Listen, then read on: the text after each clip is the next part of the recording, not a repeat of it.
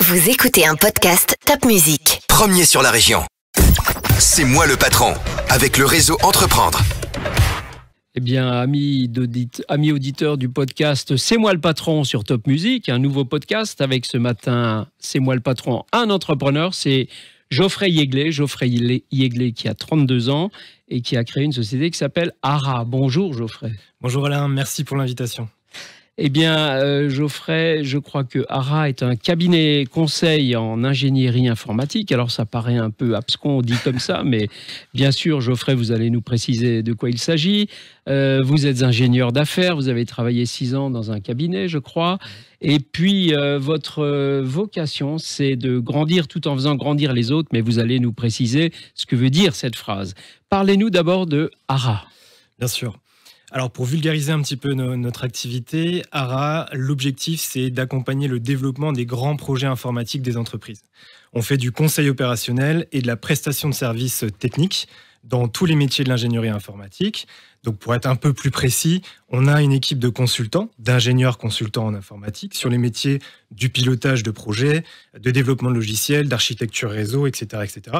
Et tous nos collaborateurs sont à disposition de nos clients pour les aider sur des projets importants qui durent parfois plusieurs mois et plusieurs années.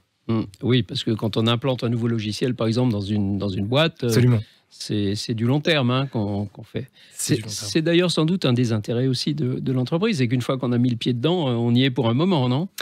C'est l'objectif de travailler sur des projets innovants et stratégiques aussi pour que ce soit des startups, des grandes entreprises, mais aussi des organismes publics. L'objectif pour nous, c'est de s'investir dans cette dimension-là. Et on a besoin de ressources très spécifiques qui sont difficiles à capter sur le marché. On en parlera sans doute après. Mais notre force, c'est justement de mettre à disposition ces compétences auprès des entreprises qui en ont besoin et au bon moment. D'accord. Et ces entreprises, on peut peut-être pas les citer forcément, vos clients donc, mais c'est plutôt des grands comptes, c'est plutôt des PME ?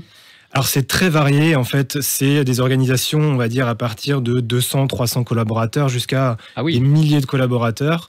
Et c'est donc déjà de la grosse PME. C'est déjà de la grosse PME, effectivement, l'objectif c'est de pouvoir scaler à un moment pour pouvoir passer à une autre organisation plus efficace. D'accord. J'imagine qu'il y a de la concurrence sur ce marché. Il y a de la concurrence sur ce marché. Il y a de la concurrence pour conquérir des clients, mais aussi de la concurrence pour attirer les talents chez vous, pour les mettre à disposition des autres, si je comprends bien. Tout à fait. Chacun, je pense, a ses spécificités en termes d'offres ou en termes de capacité de recrutement et de mise à disposition de compétences. Et c'est là où on a aussi souhaité créer une différenciation. D'accord. C'est quoi cette différenciation ? Cette différenciation, elle est liée à notre engagement. On a souhaité être une entreprise utile, avec une dimension supplémentaire puisqu'on est une entreprise à mission dans nos statuts juridiques. Et en fait, tout autour de notre organisation principale, on a souhaité monter un écosystème solidaire. Donc, on a des partenariats avec des associations locales envers lesquelles on a décidé de reverser une grande partie de nos bénéfices. Et aussi, tous nos salariés sont investis dans du mécénat de compétences dans le milieu de l'informatique pour aider les salariés, les bénévoles et les bénéficiaires des associations. C'est super ça, j'en reste presque sans voix parce que on a beaucoup parlé à une époque en tout cas d'entreprises à mission, j'en ai pas vu beaucoup. Il y en a beaucoup qui se disent entreprises à mission, mais là on a un exemple concret qui fait que reverser une partie de ses bénéfices, mettre à disposition des compétences pour en aider d'autres, gracieusement, j'imagine, bénévolement. Oui, tout à fait. Je trouve ça assez remarquable. Ça veut dire que tout votre écosystème, tous vos propres salariés sont dans le même move, si je puis dire. Absolument, en fait, c'est une communauté de consultants solidaires où il est important de comprendre que notre premier objectif est aussi l'excellence technique. Donc on est aujourd'hui dans le recrutement des meilleurs talents sur le marché du travail, mais on leur offre une identité et un sens supplémentaire dans cette dimension-là. Et c'est ce que je pense qui doit attirer aussi pas mal de nouveaux collaborateurs à nous rejoindre, c'est d'apporter justement cette dimension solidaire supplémentaire, aller au-delà du salariat et juste de la simple recherche du profit pour une entreprise. Vous êtes en train de créer l'entreprise nouvelle, si je puis dire, qui donne du sens à ses salariés. C'est ce qui permet sans doute d'attirer les talents. Parce qu'aujourd'hui, les jeunes sont en quête de sens, tous. Les jeunes et les moins jeunes. Et les moins jeunes.